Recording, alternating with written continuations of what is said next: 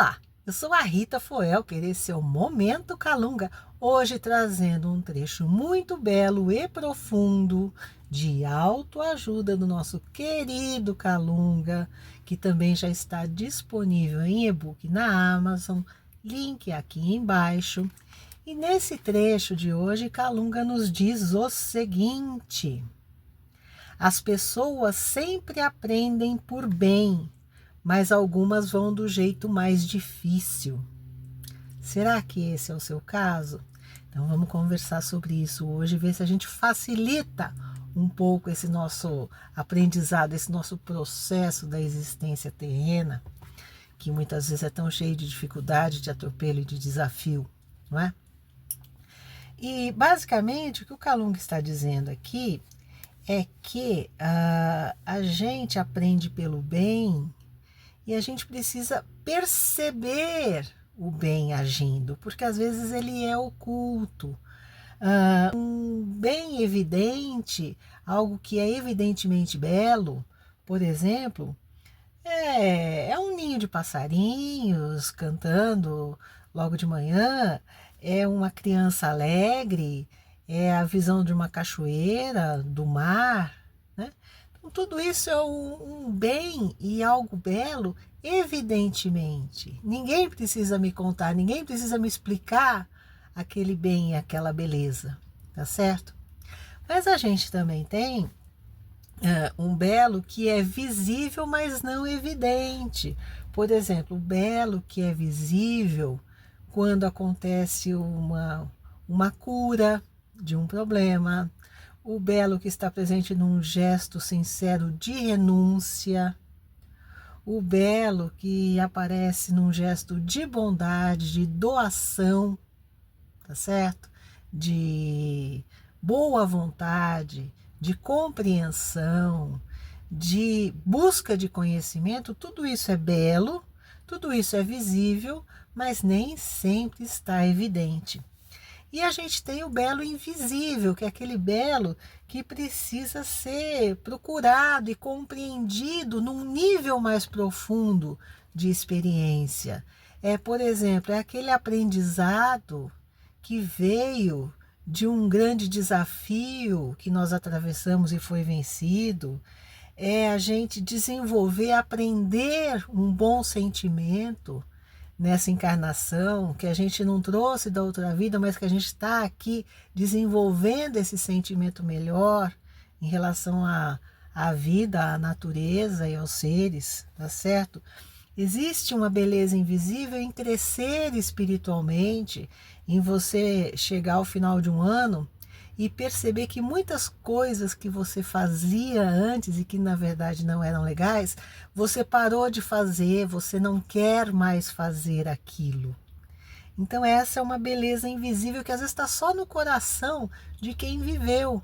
E aí vem a pergunta, puxa vida, por que algumas aprendizagens são mais difíceis? Tá? As possibilidades são muitas.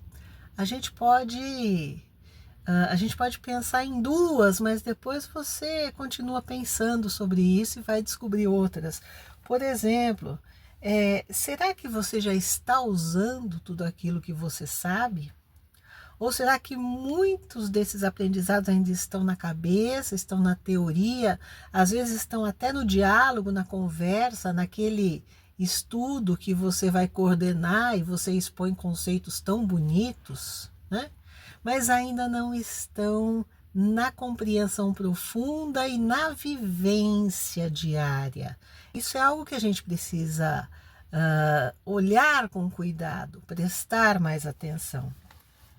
E às vezes, algumas vezes o jeito também é mais difícil, porque nós temos hábitos que são difíceis de mudar. Hábitos são condutas que a gente tem todo dia sem pensar.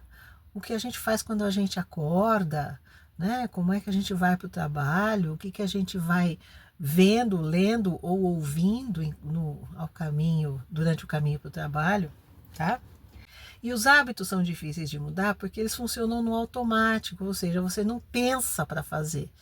Você já faz, você já se acostumou, já se habituou a fazer daquela forma, então não passa pelo racional, não passa pela escolha. Então, quando a gente quer mudar um hábito, essa mudança de hábito precisa ser uma escolha levada muito, muito, muito, muito a sério, sabe? Com muita atenção, com lembrete colado na geladeira, com coisas escritas no seu caderno, na tela do seu celular. O que puder te ajudar para mudar esse hábito. E os hábitos, eles precisam de ação consciente e de persistência para eles serem corrigidos. Então, isso exige um grau maior de atenção aos meus pensamentos, às minhas palavras e às minhas ações durante o dia. E a gente também muitas vezes está fazendo confusão entre o eu mais profundo e a personalidade. Tem coisas que a gente faz na vida que satisfazem, que fazem bem mais à personalidade, que é essa fachada nossa para o mundo, né? Essa cara nossa para o mundo, do que para a nossa interioridade. E muitas vezes a gente faz uma troca.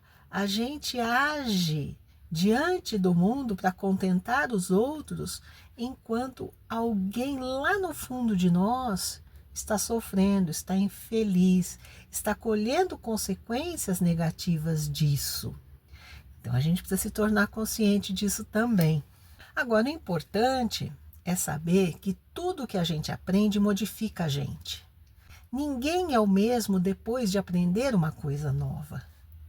Então, aprender exige primeiro humildade, ou seja, reconhecimento de que eu não sou o sabe-tudo, eu não sou o sabichão, eu não sou o maioral, eu não sou aquele que dita conhecimento para os outros, eu também tenho equívocos, eu também tenho buracos nos meus conceitos de mundo que eu preciso melhorar, encontrar, aperfeiçoar, tá? Então, daí vem a humildade, que abre espaço para esse aprendizado, né? Ao invés daquela autoridade do eu sei tudo, eu que ensino, né? Eu que faço melhor que todo mundo, que não leva a lugar nenhum, enquanto a humildade nos leva ao progresso. Então, isso é uma coisa muito importante. E a gente também precisa de mais atenção ao que está acontecendo dentro de nós e em torno de nós, sabe?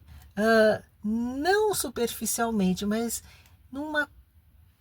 num nível mais profundo, num nível de compreensão das raízes das nossas dificuldades, dos problemas que nós temos por causa de agirmos muitas vezes pensando só no imediato ou no superficial, voltarmos para dentro, prestar atenção a isso. Com o hábito, isso vai gerando facilidade, isso vai gerando possibilidade de que esses aprendizados aconteçam habitualmente. Como eu estou humilde, como eu estou disposta, é muito mais fácil não só de eu encontrar na realidade do mundo muitas lições, como também de receber boas intuições dos nossos amigos espirituais, que são muito interessados no nosso progresso e na nossa evolução. Então vamos praticar isso aí? Eu te convido, tá bom? Um grande beijo, muita paz, gratidão pela audiência. Até o próximo Momento Calunga.